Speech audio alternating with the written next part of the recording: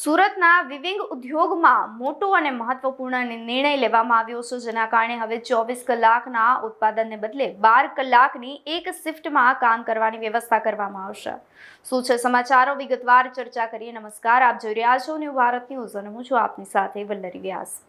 કારણ કે ઉદ્યોગકારોના જણાવ્યા અનુસાર હવે બજારમાં માલનો ભરાવો વધી રહ્યો છે, જેને નિયંત્રિત કરવા માટે ઉત્પાદન ઘટાડવું ખૂબ જ જરૂરી બની ગયું છે। તેના પગલે જે છે તે હવે ઉત્પાદન અને માંગ વચ્ચે સંતુલન જાળવવા માટે પણ પ્રયાસો હાથ ધરવામાં આવી રહ્યા છે।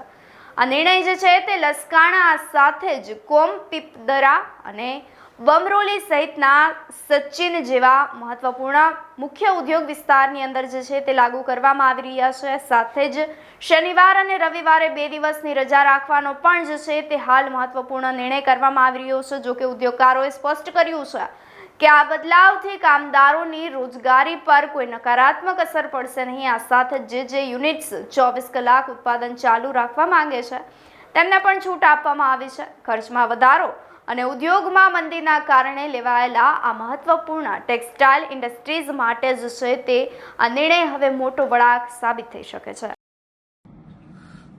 નમસ્કાર, હું અશોક જીરાવાલા।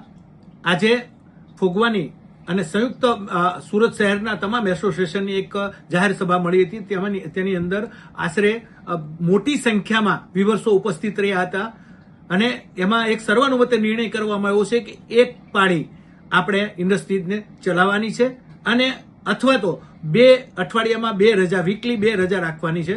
પણ કોઈ પણ જગ્યાએ કોઈ પણ 24 કલાક માટે જો વર્કર હોય તો એમની રોજગારીનું ધ્યાન પણ આપણે રાખવાનું છે, કારણ કે તો 24 કલાક તમે ચલાવો છો એનો પણ વિરોધ કરવાનો નથી। પણ આપણે અત્યારે યુદ્ધની પરિસ્થિતિની અંદર આપણે વેચાણ ઉપર પણ ધ્યાન આપવાનું છે અને ખરીદી ઉપર પણ ધ્યાન આપવાનું છે, જેથી કરીને ગ્લોબલી આપણા બિઝનેસને કોઈ પણ જાતનું નુકસાન ન થાય એના માટેની ખાસ આ સભાની અંદર ચર્ચાઓ થઈ છે અને સર્વાનુમતે એક સૂરમાં એક જ અવાજે તમામ એસોસિએશનો સાથે મળીને આજે એક જાહેરાત કરવામાં આવી હતી કે એક પાળી ઇન્ડસ્ટ્રી બંધ રહેશે।